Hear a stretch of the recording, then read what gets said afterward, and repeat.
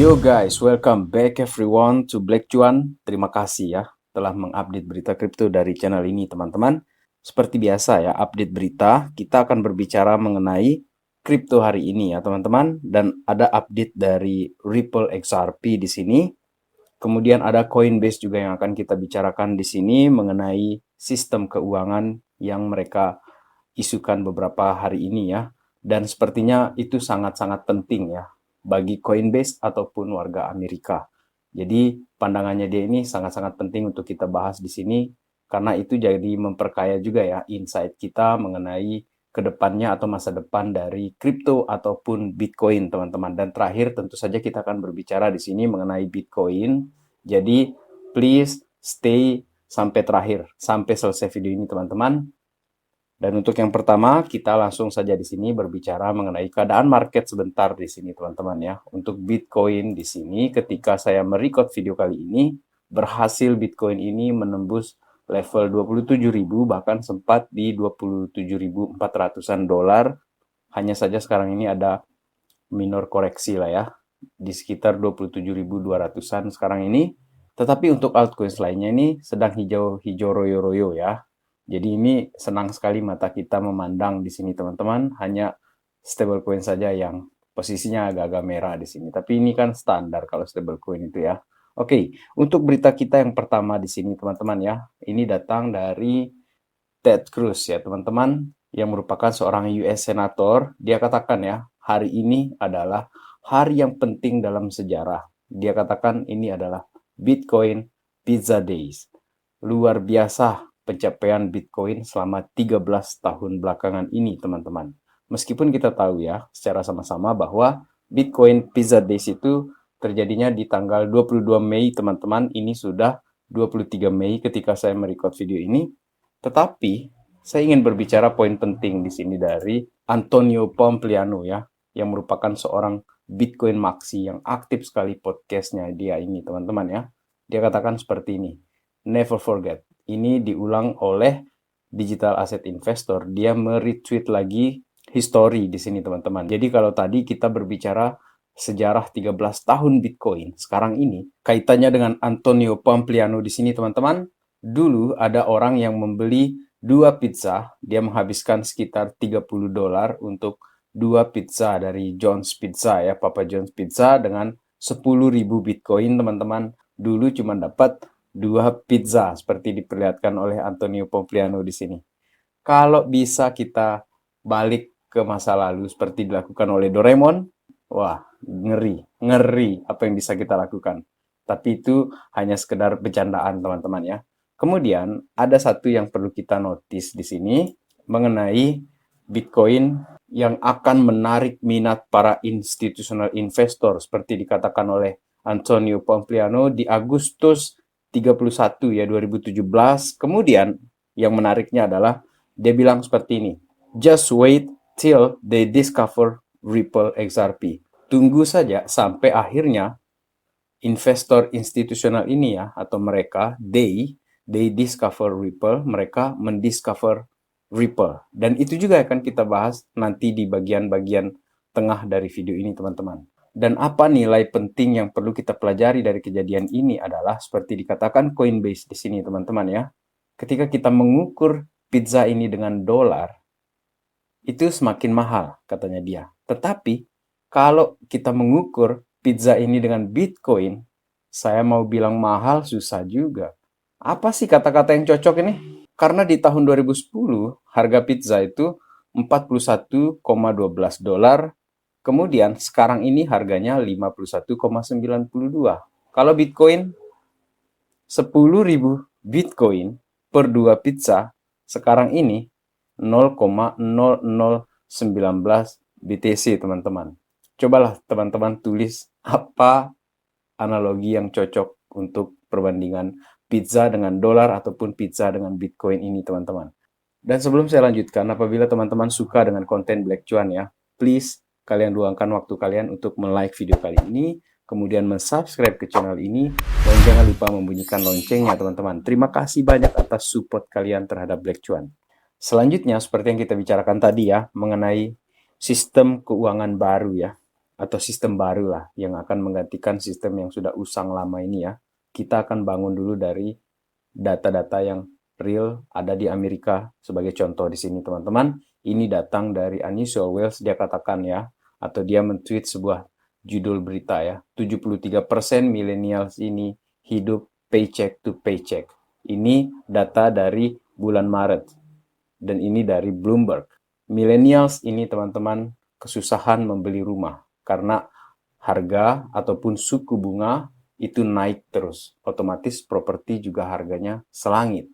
Sementara para millennials ini hidupnya itu dari bulan ke bulan. Jadi mereka kalau tidak kerja ya tidak dapat apa-apa. Seperti itu teman-teman. Para milenial sekarang ini.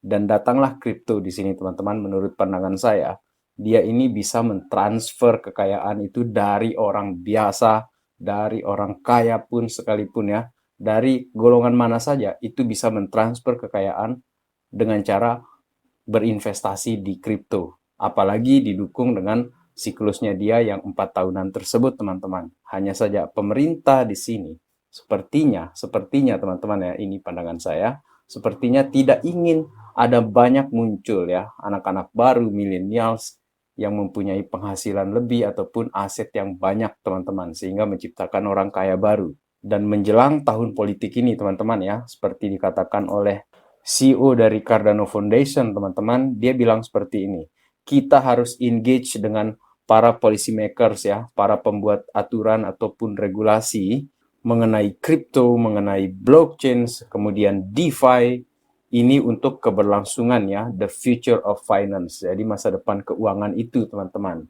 Jadi dia ini memang sengaja menyatakan seperti ini ya, tujuannya adalah baik teman-teman, supaya dunia ini hidup di dalam efisiensi, kebebasan, serta menjaga privasi, kemudian terjadi perkembangan di dalam DeFi, Decentralized Finance, seperti itu teman-teman. Karena menurut dia, DeFi ini akan menjadi salah satu kunci besar di dalam sistem keuangan modern yang akan datang ini teman-teman. Karena sistem yang ada ini, menurut dia ini sudah obsolete, sudah kadaluarsa. Kemudian teman-teman berkaitan dengan apa yang dikatakan oleh CEO dari Cardano Foundation ya, Frederick Griggard di sini, Amerika teman-teman dengan regulasinya yang ketat ya di bawah Joe Biden, di bawah si Gary Gensler teman-teman, dikatakan bahwa dia ini beresiko untuk ketinggalan dari Uni Emirat Arab, Korea, Australia, dan Switzerland. Dan ini menurut pandangan dari ARK Invest ya teman-teman ya.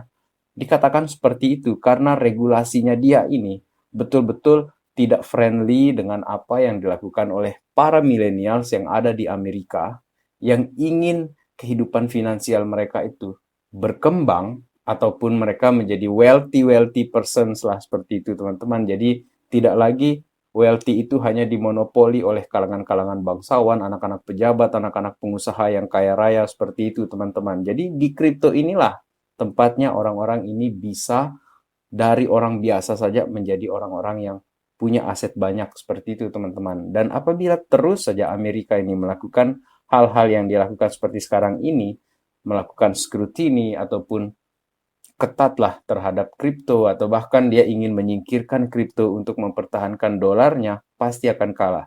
Dan salah satu juga yang menyebabkan di sini ya, salah satu kecurigaan saya kenapa Bitcoin ini akhirnya bagus sentimennya hari ini teman-teman ya. Gara-gara ini nih, ada Hong Kong yang mengumumkan bahwa retail traders ini akan diberikan ruang atau diizinkan untuk melakukan trading di kripto tersebut teman-teman, terutama di Bitcoin dan aset-aset altcoins yang besar-besar dulu teman-teman. Jadi dia tidak langsung nih kasih ke aset-aset yang lain. Jadi khusus Bitcoin ataupun large cap duluan lah. Seperti itu teman-teman ya. Dan dampak dari berita dari Hong Kong ini teman-teman, ini akan memboost crypto world, boost for crypto world. Jadi ini akan semakin mengembangkan kripto, semakin banyak user-user di dalamnya, semakin banyak orang yang tertarik dan orang itu akan mendapatkan manfaat baik itu trading, investing, ataupun mereka ini menikmati kemudahan-kemudahan yang ditawarkan oleh teknologi blockchain tersebut teman-teman, seperti gaming ataupun kemudahan bagi para seniman untuk mendapatkan penghasilan dari dunia NFTs teman-teman, seperti itu. Jadi teman-teman, apabila Amerika ini ya seperti kita bilang tadi, dia tetap ini bertahan dengan pendiriannya dia, maka dia akan ketinggalan Dan seperti dikatakan oleh Coinbase di sini ya, CEO dari Coinbase, Ben Armstrong, dia menyatakan ya bahwa dia menginginkan, bahkan dia ingin mengkampanyekan Amerika ini untuk maju, dan untuk dia bisa maju ini, maka dia harus mengembangkan ekonomi yang bebas, teman-teman. More economic freedom. Dan apa yang bisa dilakukan dari hal tersebut adalah apabila mereka mengupdate sistem, dan kripto di sini hadir untuk membantu hal ini, teman-teman. Dan berkaitan dengan Ripple XRP yang saya katakan tadi ya mengenai update-nya, salah satunya adalah seperti ini, teman-teman. Ini gambaran umum saja. Di sini, teman-teman, Michael Arrington yang merupakan founder dari TechCrunch ya, dia menyatakan seperti ini. Kami memindahkan 50 juta dolar ya dalam bentuk XRP ke perusahaannya hanya dalam waktu 30 detik dan biayanya hanya 30 sen. Tidak ada transaksi yang semurah itu yang bisa dilakukan dengan fiat, teman-teman, ataupun Bitcoin. Dan inilah tadi yang dikatakan oleh Frederick Gregard tadi ya, teman-teman, yang merupakan CEO dari Cardano Foundation tersebut ya, teman-teman. Dia bilang ini akan menjadi efisiensi yang luar biasa dalam sistem keuangan modern, teman-teman. Kemudian, sekarang ini kita beralih ke Bitcoin dan menutup video kali ini, teman-teman ya.